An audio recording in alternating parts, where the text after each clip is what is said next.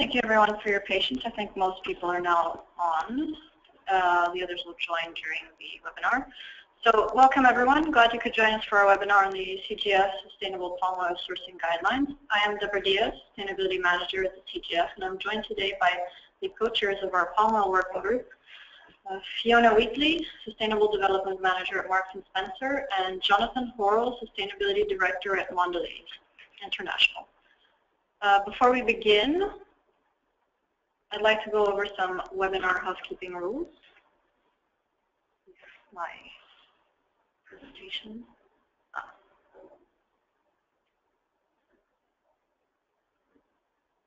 Right, I'm going to have to pause there because this is frozen and switch computers.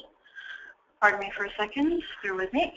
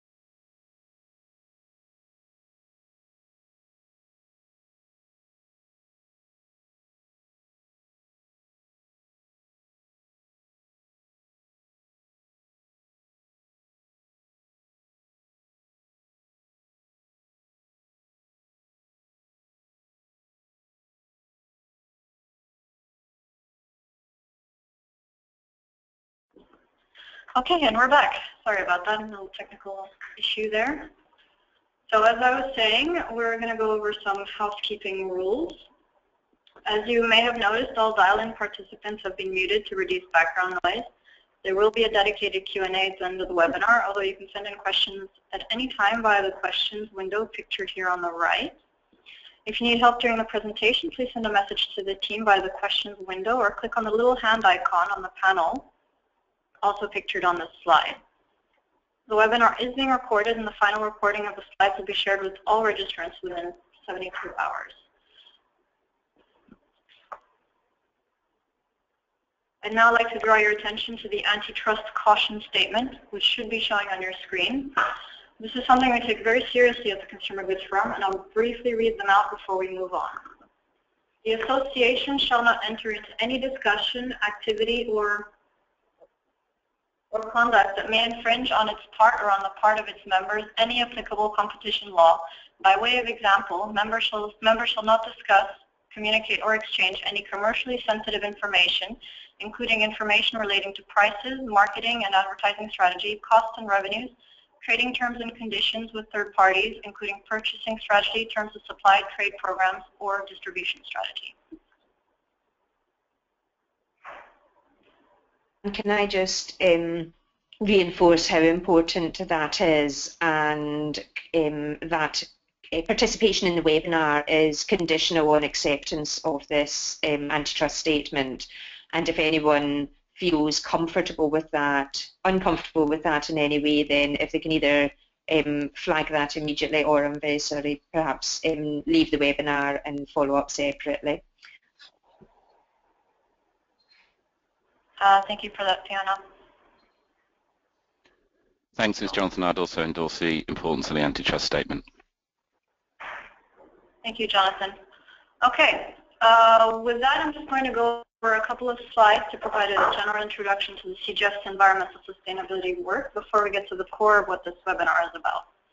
Back in 2010, the board of the Consumer Goods Forum recognized that the world as we know it is rapidly changing. Not only do consumer goods companies need to deliver for customers in terms of the quality of their products, price point, and service proposition, we need to look further as well, which includes integrating both environmental and social concerns. Out of this discussion was born the CGF Sustainability Pillar, which is co-sponsored at the board level by Marks & Spencer CEO Mark Boland and Unilever CEO Paul Polman. The pillar is co-chaired by Mike Barry of Marks & Spencer and Jeff Seabright of Unilever.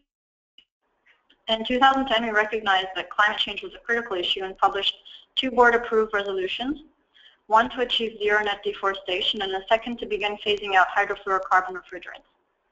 Our newest resolution, which came out this summer, focuses on having food waste in own operation. The palm oil sourcing guidelines fall under the umbrella of the deforestation resolution, which set a goal to achieve zero net deforestation by 2020 in our respective businesses. This would be accomplished not only by individual company initiatives, but also by working collectively in partnerships. Through the resolution, companies are encouraged to develop time-bound and cost-effective action plans for the sourcing of critical commodities, which I will soon go over. This work would be supported by the publication of relevant guidelines, one of which is the main subject of this webinar. Finally, we pledge to work with key stakeholders such as civil society, supply chain actors, governments, banks, and other strategic partners to reach this goal. As I mentioned earlier, the deforestation resolution addresses 4 key commodities, namely soy, palm oil, paper and pulp, and beef. Today we'll focus on palm oil, and I will now pass the floor on to Jonathan Horrell, who will go over our work so far and delve deeper into the sustainable palm oil sourcing guidelines. Thanks, Deborah. This is Jonathan Horrell, Director of Global Sustainability at Mondelez International. For those of you that don't know Mondelez, we are the world's leading biscuit and chocolate company, as well as having presence in 1 or 2 other categories. In some cases, our brands are better known than our company, brands like Oreo cookies, Lou Biscuit, Cadbury and Toblerone chocolate, among others. The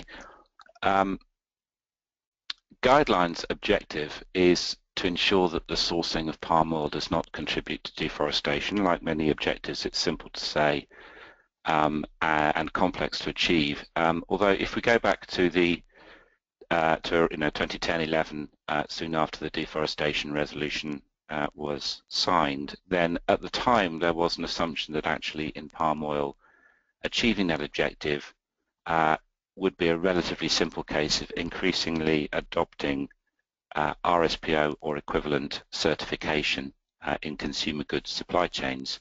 And therefore there was an initial focus on stakeholder engagement. You see a couple of items noted here on the chart. In Beijing, a stakeholder workshop with Chinese stakeholders to encourage adoption of sustainability standards in production, and the Tropical Forest Alliance, or TFA 2020 workshop that happened in Indonesia in mid-2013.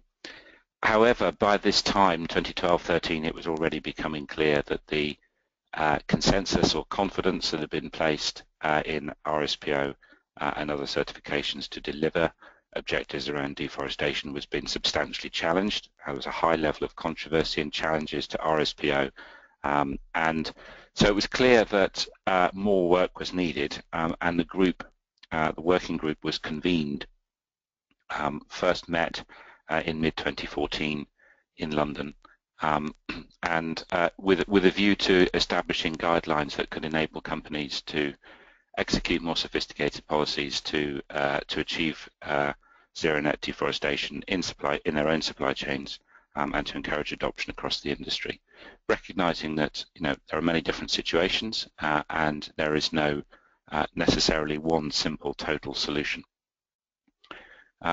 Draft guidelines were prepared, and a stakeholder workshop at our offices in Uxbridge, just outside London, in January of this year, reviewed the first draft of guidelines and took in and debated for a couple of very constructive and active days responses from member companies of the working group alongside external stakeholders, ranging from expert NGOs, other stakeholders, activists and others, with both a focus on environmental and socio-economic concerns as well. So a very extensive range of feedback came into drafting these guidelines, which were then finalised, adopted by the board and published in the middle of this year.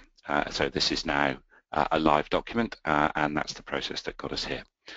On the next chart, we look at the scope. I think we all know that palm oil is an extremely versatile product. and it's used in a very, very wide range of applications, both food applications and non-food. Often it's used as palm oil, which is the oil produced from pressing the flesh around the fruit. It may also come as palm kernel oil, which is produced by pressing the kernel or the nut at the center of the fruit, so two separate products. Each of those can be split physically into different fractions, which have their own different characteristics.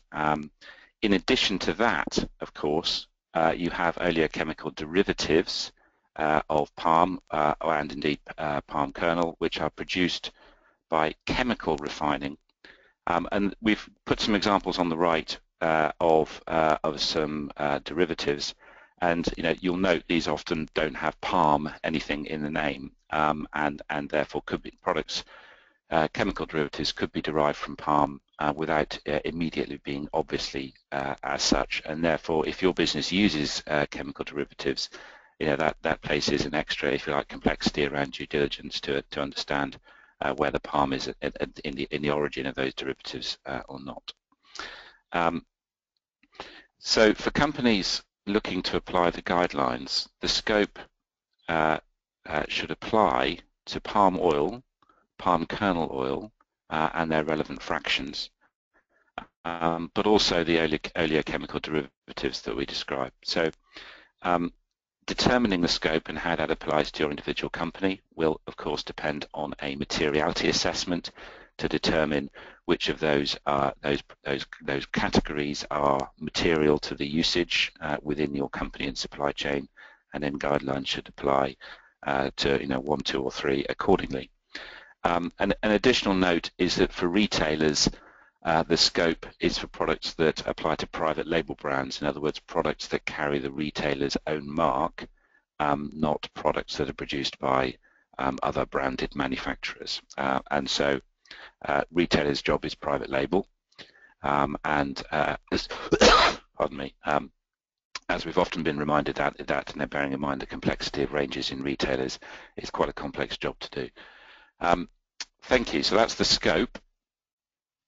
On the next chart, we look at the priority areas of concern, and this is to help determine or to review the origins of palm oil and to understand which of these are considered high priority. Now, just as background, one of the other CGF sourcing guidelines related to deforestation is around pulp and paper, and that can be originated from many different countries, and the risk of deforestation within those countries varies greatly, and therefore those guidelines, as some of you may know, contain a list of high risk origins, which are the ones where the focus and the due diligence needs to apply. In the case of palm, it's much simpler in the sense that oil palm plantations excuse me, are always in the tropics, always in the same areas which are suitable for tropical forests. It's a tree crop. It's always grown in forested areas or formerly forested areas or alongside forests, and therefore, in essence, all production regions for palm oil are considered to be high priority. We've shaded some of the regions on the map. It's well known that the most prolific region is Southeast Asia, Indonesia, Malaysia, and Thailand, among other countries. There is also significant production of oil from Latin America and new and emerging origins in Africa as well, and therefore palm oil, can be coming into your supply chain from any of those 3 origins, and the guidelines apply to all. Right, I'll now hand to Fiona, who will review the risk criteria underpinning the guidelines. Thank you, Jonathan. I'll give a very brief introduction to myself. I am Sustainable Development Manager at Marks & Spencer with responsibility for raw materials. Marks & Spencer is a primarily UK-based leading food and fashion retailer. We do have a growing online and international business. What is unusual about Marks & Spencer is the predominance of own brand within our food offer. We are approximately 98% Marks & Spencer private label products, which is quite unusual and which obviously requires us to apply a particularly high level of diligence to product management. So to follow on from where Jonathan handed over, basically once we understood the context, the risks, the geographies relating to palm oil production, we had to figure out what the solution was in a Consumer Goods Forum context. First of all, we absolutely recognised the value and accessibility of independent third-party schemes as part of that solution. But we also had to recognise that RSPO alone was insufficient to meet our zero net deforestation commitment. In some areas it was really strong. As outlined in the slide, it does provide protection for high conservation value areas, it does require no burning, it requires respect of human rights, and it requires engagement in FPIC, free, prior and informed consent. We're also very supportive of the fact that it operates in an open, transparent and consultative manner, and that does so to resolve complaints and conflicts. However, there were gaps, and these gaps related to protecting high carbon stock and peatland. And the importance of these had increasingly been realised as we understood the critical importance of forest protection within a climate change and carbon emission context. Science had directed us towards valuing the carbon values of forests over time, and regrettably RSPO had been a little slow to recognise that. Fortunately, much work is being done to close that gap, but that's not yet culminated. So moving on to the next slide, what we had to then do was consider implementation. And we had to consider the very broad constituency of global retailers and manufacturers within the family of the Consumer Goods Forum. We had to look at the different buying practices, the different supply chain shapes, and the outcome of that was we decided that a two-tier approach was a sensible idea. We first of all had to allow a realistic entry point for those companies with the most fragmented usage and the most complex supply chains in relation to palm oil. And that's described in section A. And this is very much tailored to be an appropriate entry point for retailers. And the steps that we ask retailers in particular to begin with are, first of all, to understand their usage. And sometimes that's not always as obvious as may be assumed. Palm oil is very often a subcomponent of an ingredient in finished product. So we do ask for a degree of interrogation and analysis of product ingredients to identify palm oil. We then asked that the first step is to specify RSPO or equivalent standards. And these are now available in most markets. Where the physical supply is not yet available, we are very happy that first step may be to buy credits, to buy green palm certificates to cover all or a proportion of your usage. We then asked that companies map their supply chains. And what we're not asking for in this context, at an entry point level, is that every ingredient and every component is traced back to a group, because in all honesty that is unfeasible and not necessarily going to deliver the best outcomes. But what we do ask is that you know which key importers are supplying into your manufacturing base. That allows you to have a conversation with them about what they're doing to work towards a deforestation-free and sustainable palm oil supply chain, and over time to be able to track their progress against meeting the CGF commitments.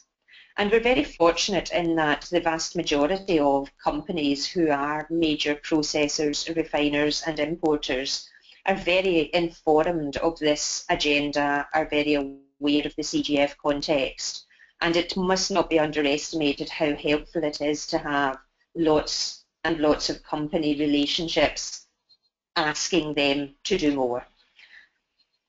So, but we also had to recognise that there were very many companies, particularly in the consumer goods sector, who really wanted to go further and were able to and had the volume, influence and leverage to be more demanding. And of them, we asked that they include risk criteria for high carbon stock, peatland, human rights and smallholder farmers within their buying specification. And also that they require that the guidelines, that what they ask applies to all the supplies that are bought by the companies they trade with. And that's really important because what we are trying very hard to avoid is a two-tier marketplace where the good supplies come to the most demanding customers and the rest goes to those who are not yet as discriminating. We don't think within a global marketplace that that's particularly helpful in supporting the market transformation that we aspire to. So we're very clear that those companies must look at all, not only the operations they own, but their third-party suppliers, and work towards a universal coverage of the standards relating to zero net deforestation and sustainability. And then in addition, we ask that all companies make their commitment, policy and progress transparent, and that they, where practical, they engage in supporting CGF broader engagement as opportunities arise. That may be forums, meetings, it may be working groups. The CGF is quite active in this area, and as I said, at the moment there is a small sector of companies who are involved.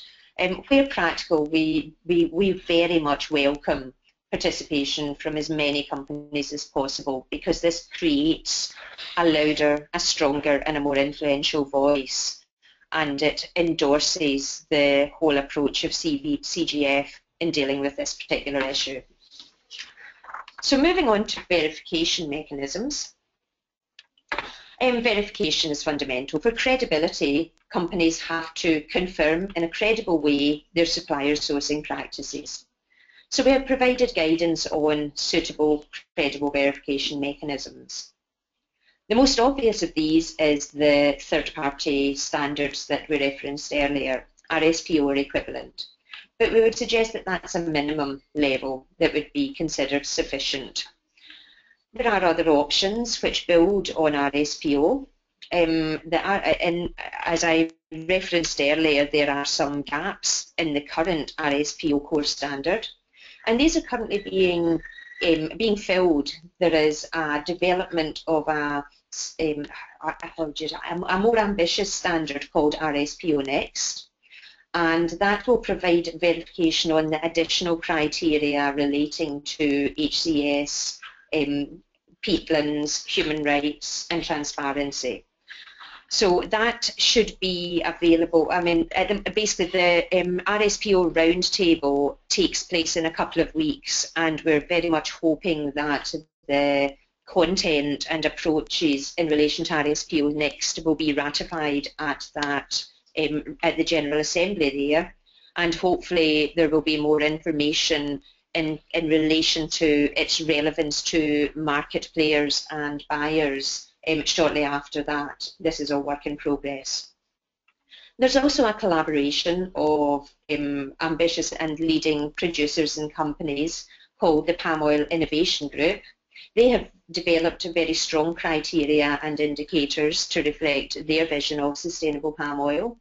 A lot of that is included within RSPO Next with some minor differences. And we would also suggest that buyers who have publicly committed to the standards of Palm Oil Innovation Group would also be a suitable mechanism. There also exists the legality schemes country legality schemes. In Indonesia, there's the Indonesian Sustainable Palm Oil System. In Malaysia, the Malaysian Sustainable Palm Oil System. And they're both very useful as of legality in these in the respective countries, but it does have to be reinforced that that is all that they confirm is legality, and more does need to be done to meet either a sustainability or a zero net deforestation commitment.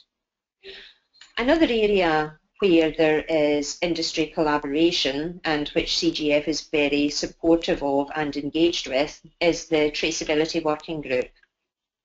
And that is developing mechanism to deliver traceability first to mill, so crushing mill, and then to plantation. And there's some really quite considerable challenges in achieving that objective. And we're very grateful for the work that TWG are doing to move this agenda forward and to develop solutions. So on that point, I'll hand back to Jonathan, who's going to cover the next sections. Great, thank you, Fiona. Last lap now. So for KPIs, to pick up on the importance of transparency and reporting, we have developed a list of the following KPIs which we recommend members adopt along with the guidelines, and this list is published within the guidelines. Worth noting that at this stage the KPIs cover essentially at the level of corporate commitments and reporting. So for example, to track the number of CGF members for whom sourcing palm is relevant that have public commitments on sourcing oil, on sourcing sustainable oil, and of those, the number that have published a time-bound implementation plan, and then of the number that publicly report annually on progress towards meeting these guidelines. There was a lot of debate about KPIs within the working group, and there will be more to come. And a wider list is under consideration that could help get into more detail to track the market transformation towards a zero net deforestation supply chain and CGF's contribution to that. So more could be done with KPIs, and more will be considered for future updates of the guidelines. At this stage, we recommend these three quite high-level KPIs because we wanted to ensure that the KPIs were achievable, and we wanted to avoid KPIs that might cause difficulties in practice. And so this is a start, and it's an important start to register the corporate commitments and reporting of members who use the guidelines. And then on the final chart now, final content chart, we're looking just at some next steps. Pardon me, I have excuse my cough. This really boils down to a very simple message, which is sign up and make it happen. So within individual companies, of course, you'll make decisions to implement the guidelines, and as more companies choose to do that, that builds critical mass, and critical mass really matters when we're looking, as Fiona referred to achieve mainstream transformation of the palm oil sector. We want to use the scale that we have as companies to help drive that and embed sustainability and zero net deforestation practices across palm oil as a whole, and for that we need critical mass. We also talked about the importance of stakeholder engagement, and this can be right along the value chain from producers right through, and noting of course the very important role that's played by governments, or in particular origin governments, and civil society and others. As well as engagement, which is about influence, there is also collaboration, which is about practical work, if you like, and there are some strategic partners that have been mentioned already, the Tropical Forest Alliance, or TFA 2020, and the IDH Traceability Working Group and CGF, and through this working group we maintain links there, collaborative links to help drive forward some of the structures and industry-wide structures that could be required and could be useful to help achieve the transformation that we're looking at. And then of course to implement measurement and reporting. And then finally, these guidelines are a living document, and the working group will continue and we've committed to review the guidelines again in 2016. We've described how palm oil is a rapidly developing sector, and as change comes through, and hopefully as there is increasing consensus and scale, then it will enable us to continue to update the guidelines. And of course within that is an open invitation to other interested member companies. If you wish to participate more actively in the working group, please let us know. Thank you. That's the end of the presentation, and so now we can move back to Deborah for Q&A. Thank you, Jonathan. Thank you, Fiona. So for the Q&A, what I suggest is if you have questions for either the CGF team or Jonathan and Fiona, that you send them through the questions box, or you click on the little hand icon and I will unmute you. So we'll wait a few minutes for questions to be sent in. Don't be shy, we're all ears.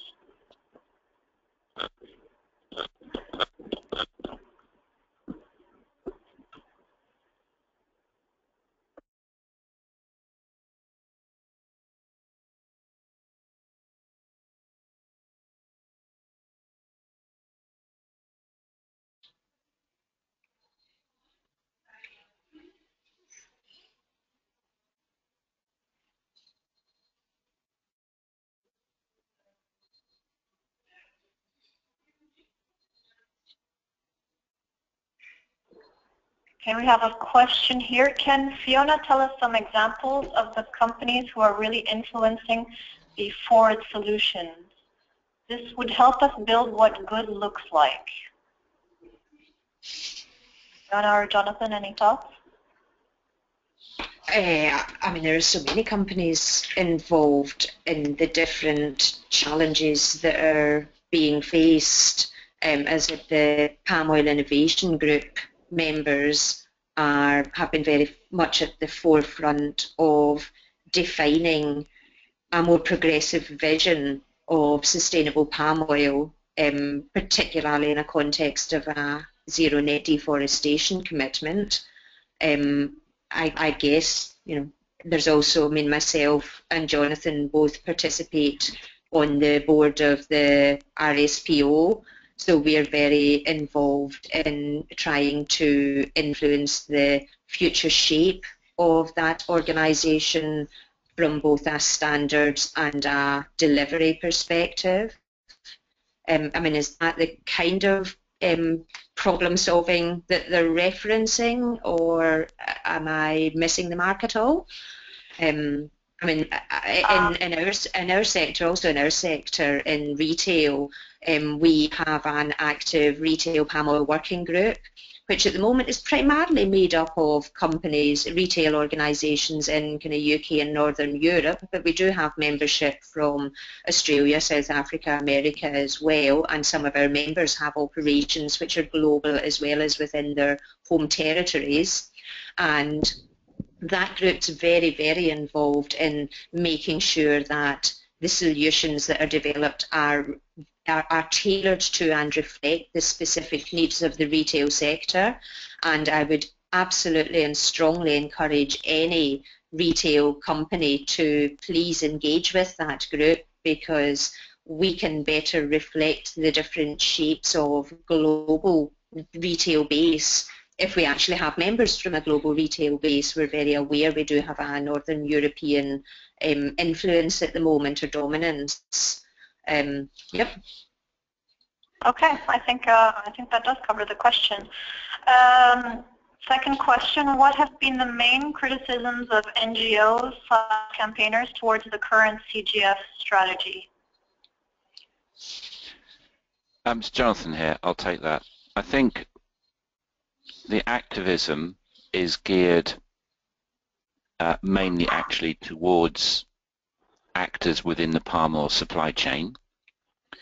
The NGOs and the activists have been fairly supportive, though challenging, of course, of the CGF commitment.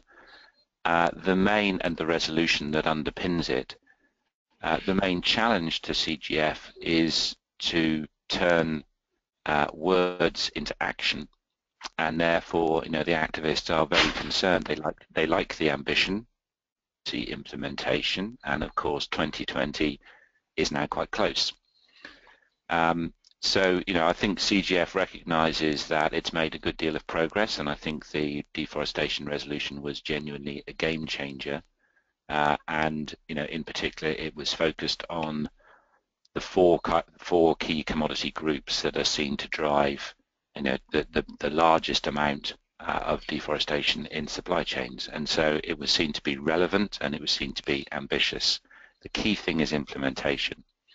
When I referred to activism and controversy, a lot of that really has been about the implementation on the ground, and the fact that the certification standard, the biggest of the certification standards, RSPO, while being quite detailed, has gaps, and those gaps are perceived to be, if you like, loopholes, enabling companies to act in the wrong way, if you like, in some cases, and maybe enforcement has also considered not to be sufficiently strong. And so the activism has really focused on the fact that there is continued deforestation on the ground, and we have to recognise this.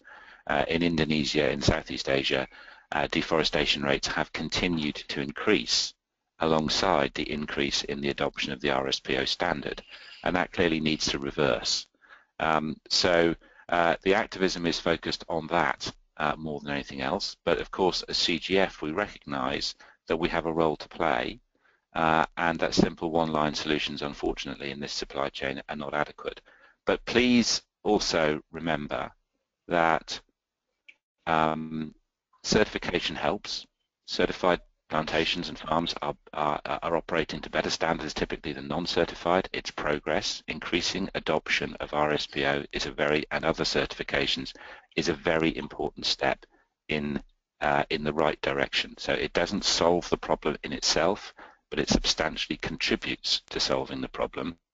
That's why within the guidelines we recognise the value of certification as an important first step and a valuable first step for those that are in a position to do that. So yes, it can be sophisticated and complicated, but also there are simple steps that anybody can take, and then those with greater capacity and influence can seek to go further, and hopefully that will drive to a mainstream solution. And I'd just like to add, I mean, although obviously we have to talk about the context of criticism, actually there has been incredibly positive feedback from many activists about the role that CGF has played as well. And I think there's kind of three key aspects of that. One is the fact that while our top-line commitment is around zero net deforestation, we have consistently acknowledged that we cannot look on that alone, and that that has to be framed within a context of dealing with sustainable palm oil production, which includes obviously issues like human rights and biodiversity, many other aspects other than just the emissions and zero net deforestation. Also, the fact that we have given the activists one focal point and one voice for our relative sectors. So rather than each organisation having to engage on a unilateral basis, which involves multiple effort, multiple different positionings, huge amounts of interpretation and engagement, we have tried to be the translators, I guess, for our sector, both in terms of the ears and the mouth. So we have tried to listen to what the activists have said and translate that out to our members and just do the same in reverse. And also the fact that we have actually created physical guidelines and support, and we are actively engaged. This isn't just a commitment that we make, and as I said, it's up to everyone to implement how they interpret that on their own. We have tried to bring a structure and a harmonisation of approach to the delivery of that objective. And actually, I think that the relationships we have with activists are considerably more positive, more developed, more healthy than they would have been in the absence of the palm oil working group concept within CGF. Okay, Thank you for that. We have a couple more questions. What is the CGF stance toward RSPO's plans related to land clearance without prior HCV assessment, i.e. weakening of the main standards? Any thoughts? Jonathan, are you clear on that? I'm sorry, I'm not completely clear on the meaning of that question. I'm not either, sorry. Maybe I'll, Judith, maybe I'll unmute you and you can ask the questions. You can ask Judith. Judith, can you hear us? Hello? You're unmuted now. Yeah, the question is about the plans that the RSPO plans to to lower the standards so that they allow or that they certify also fields, lands which have been cleared after 2005 or even after 2014, which will allow suppliers to offer certified palm oil even though there was land clearance in that period of time. It's something which is the Forum for Sustainable Palm Oil also claimed.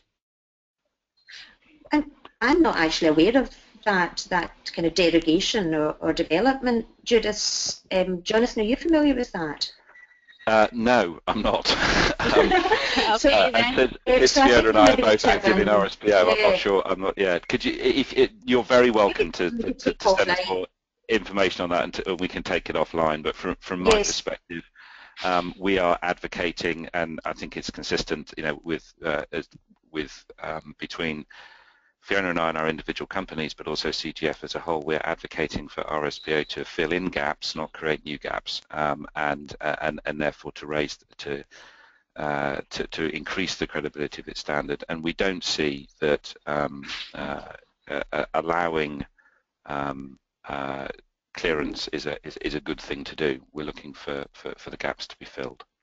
No, I mean, I completely agree, and I think it's really important if there is misinformation around these kind of issues that we understand where that's coming from, first of all, to validate whether there's any truth in it, because we may well be missing something, and then if there isn't, to make sure that there is clarity on the reality of the situation. So thanks very much for bringing that to our attention, and very, very keen that you follow up and give us a bit of background information in that. Thanks.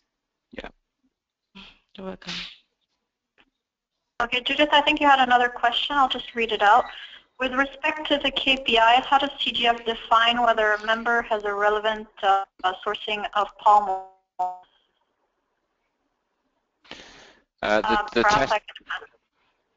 Go ahead. Well, I was going to say the test of relevance is with the company itself, and so if a supply chain is considered relevant to your company, then you should consider adopting the guidelines. It's clearly the individual company's own decision. The way we adopt this, the way we apply that test of relevance in Mondelez is, are we sourcing a significant quantity? And of the four commodity groups, we consider ourselves to be, three of them to be relevant to us because we source them in significant amounts, and the fourth, beef, not to be relevant to us because we don't have any meat products in our business. So if we source something in any significant quantity, we make the choice that it's relevant to us. And I would add that while that is a very relevant approach for a company with the scale of Mondelez, for many smaller companies, they can look at lots of stuff they buy and go, well, we don't really buy very much of anything. So I would add that as well as looking at the quantity, you should look at your product dependency. And if your product development is heavily dependent on palm oil-based materials, then I would suggest that the materiality aspect of that should be considered. Marks and Spencer's actually uses a very small quantity of palm oil. We use just over 3,000 tonnes a year across all our products, food and non-food. However, we recognise it as material, as I said, partly on the basis of our dependence on it, because many products use it in a multiple range of formulations, but also because of its potential impact on our brand trust, our perception of custodianship of these issues by our customers and other stakeholders. So there's various lenses through which one should consider materiality, and I hope that gives a little bit of clarity to how some of these could be included. Okay, thank you for that. We have one last question. How is the CGF encouraging companies to get on board and begin a two-step approach? And what role does the CGF play in ensuring companies with policies actually work on implementation? We're here. That's part of it. We have developed the guidelines in a consultative manner. We have encouraged the broadest participation in that possible. We have publicly released the guidelines. These are available to every company, whether they are CGF members or not. We are supporting with things like the webinars. We will continue to review the policy to make sure it's relevant, and as that changes, we will make amends. We also are very happy, I've been to individual company conferences to help support and explain the rationale and approaches to achieve the CGF commitment and to deliver more sustainable palm oil. Obviously, we can't necessarily do that for every company all over the world, but where practical, we are very willing to support companies. Again, where practical, we're willing to give advice and feedback. We have created, yeah, I said we've got our own retail sub-working group, which we're very, very enthusiastic about extending to wider membership to help with the very specific retail delivery of this. Jonathan, would you add anything? Only to summarise that, we all read the antitrust statement at the start. CGF is a leadership role, not an enforcement role. And you've seen the leadership from the board downwards and through the working group and out through activities like this. And we also talked about the importance of engagement to help encourage wider adoption. Like any membership organisation, it's the individual decisions of the membership that will then help to determine the collective success of the initiative. So to those of you that have signed in for this and listened to us this morning and are considering the guidelines, thank you very much, and please keep it up. Okay, thank you both. I think we're at the end of our webinar then. No more questions so far. You can always send your questions in to us. My colleague either Ignacio Gavilan or myself, both of our emails are there. We also have a general inquiries email. And if you're looking for more information on our palm oil initiative or other initiatives, you can follow the link to the website there at the bottom. The slides will be shared with all the registrants, and a recording will also be shared at the same time. So thank you everyone for joining us. Thank you, Jonathan and Fiona, for the presentation. Oh, I think we have one question. Oh. Okay. So thank you. Really good session. Thank you. Well, thank you. Thank you. All right. And, thank you all for joining, and have a good morning, afternoon, evening, wherever you are. Take care. Bye-bye. Thank you very much.